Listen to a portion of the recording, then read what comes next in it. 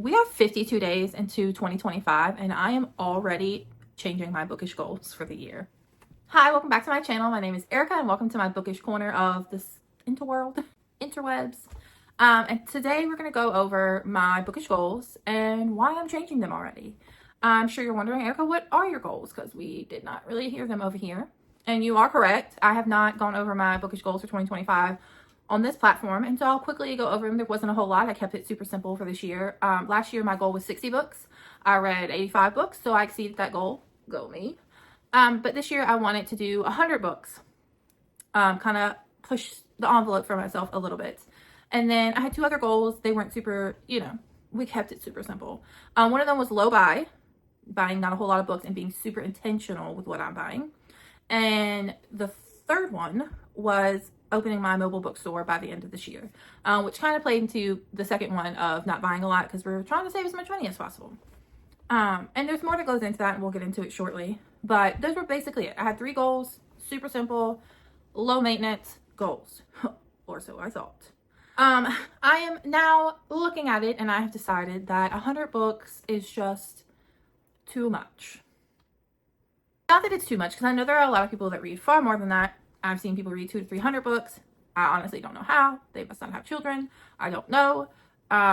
Kudos to you. I love that for you. But it is the 19th currently when I'm filming this of February. And I've literally read one book this month.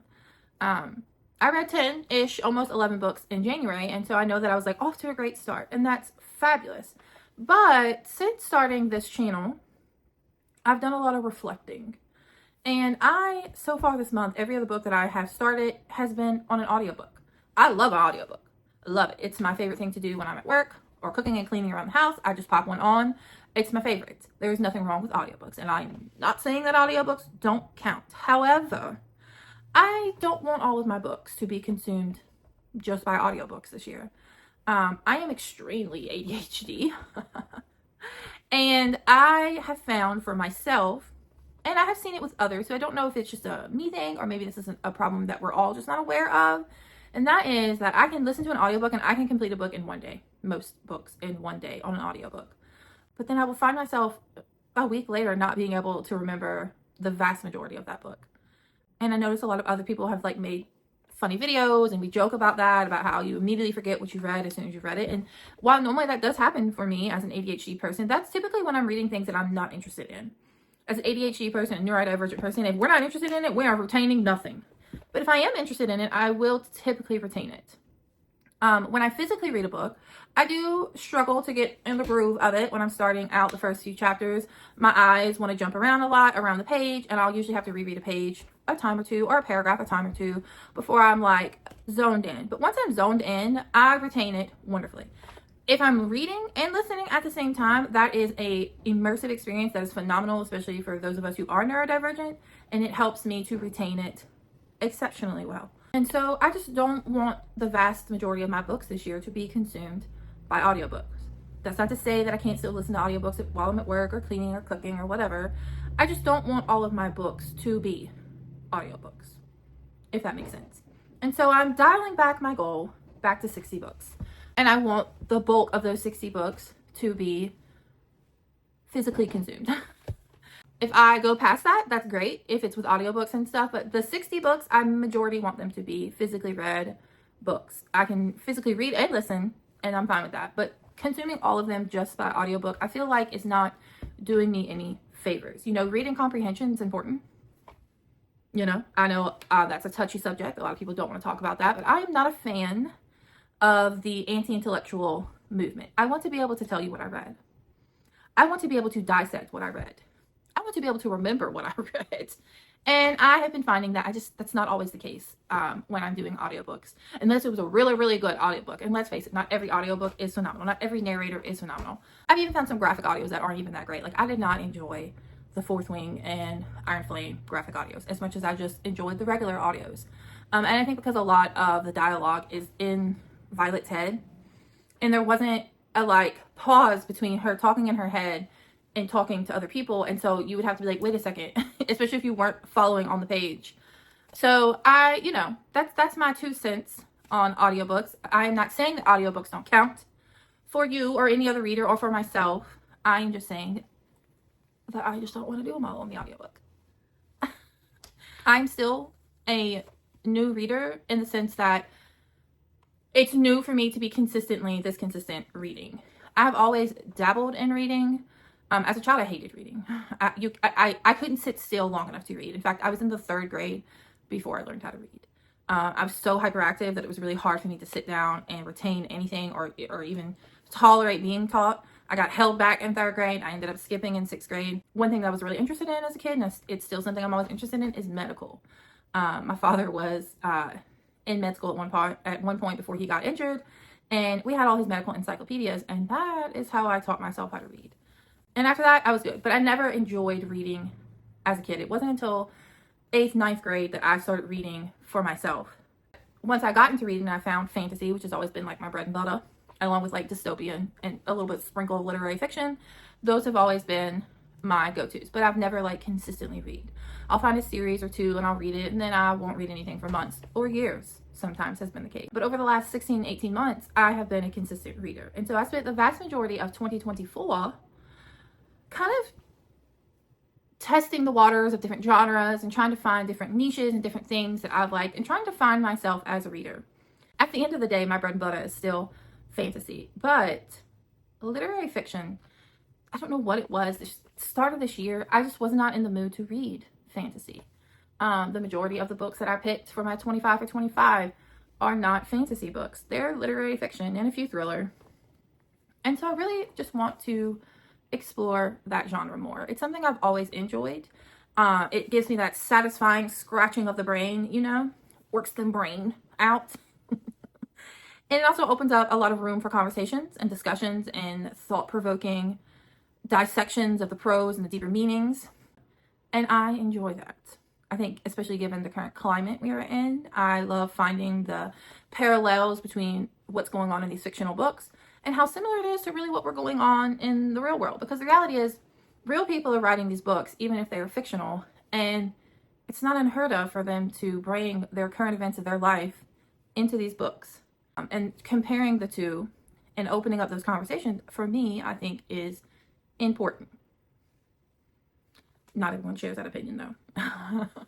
But over here in this space, I enjoy that. And so this year I want to focus more on that, which is why I don't want to consume it all on audiobooks. I want to be physically immersed in it, drinking it all in, consuming it all, thinking about it, mulling it over in my head, and being able to bring interesting conversations into these spaces, because that's what we're here to do. We're here to talk about books and the books that we love and give recommendations.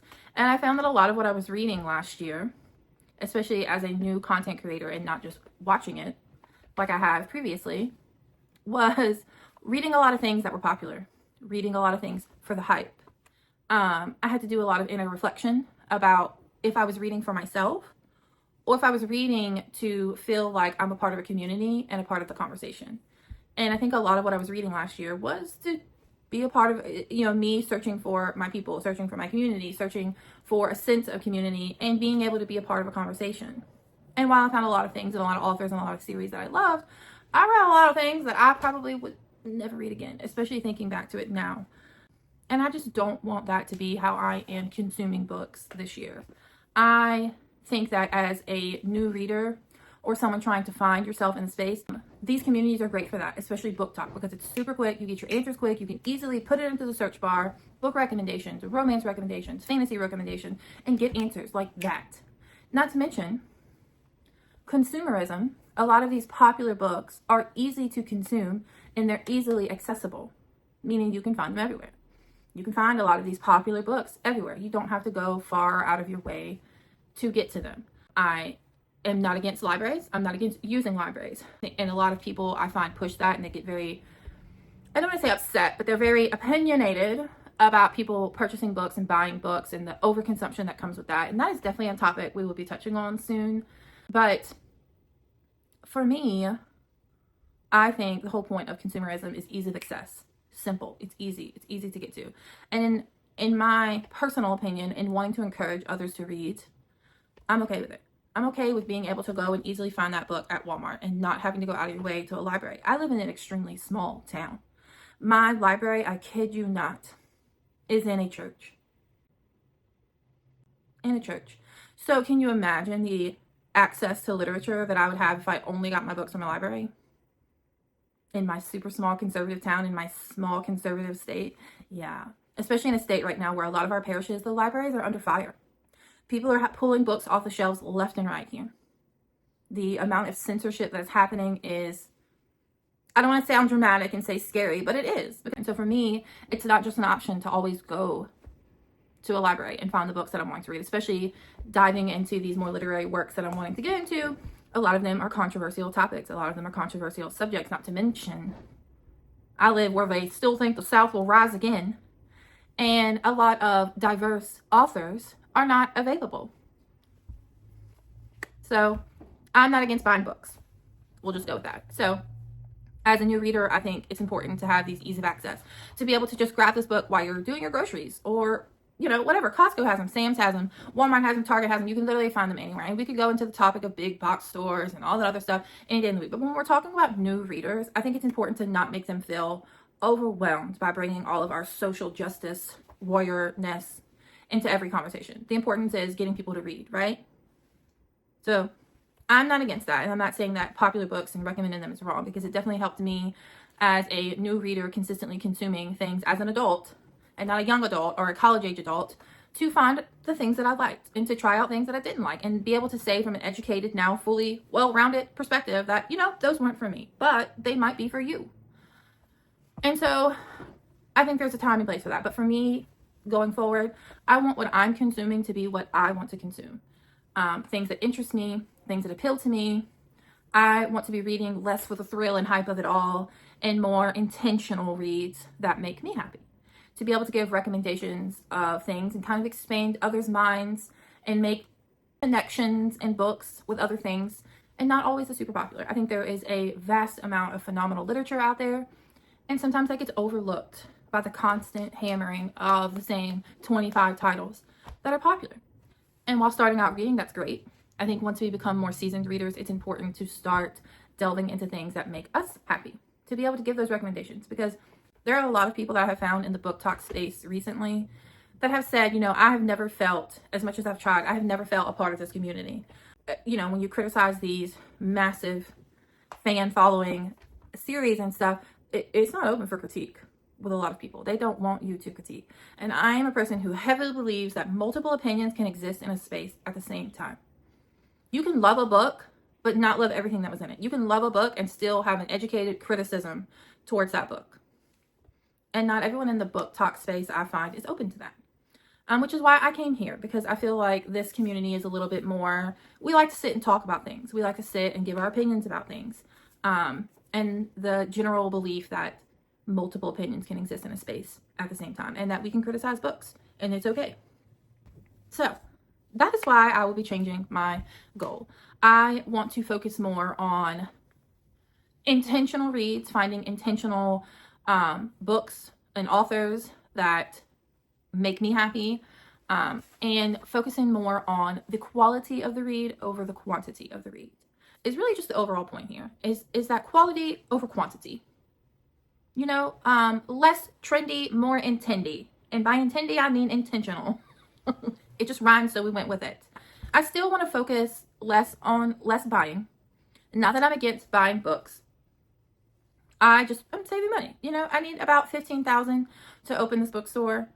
And so that's where I'm at right now in life. However, I have bought more books than I thought I would at the beginning of this year. And I think a lot of that derives from, I have gotten rid of books. I'm starting to get rid of some more books that I have read that I just don't, they're just books I just don't want anymore. You know, they're books that I read and I thought I liked at the time. And like I said, upon further reflection, I just would never read that book again. So I'm doing more unhauling and more, you know, repurposing. And with that, I have found a lot of titles that I would like to read going forward. And so I've kind of just changed up everything.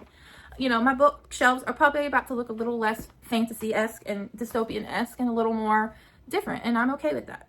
I feel like we should constantly be evolving and pushing ourselves out of our comfort zones and constantly learning and growing.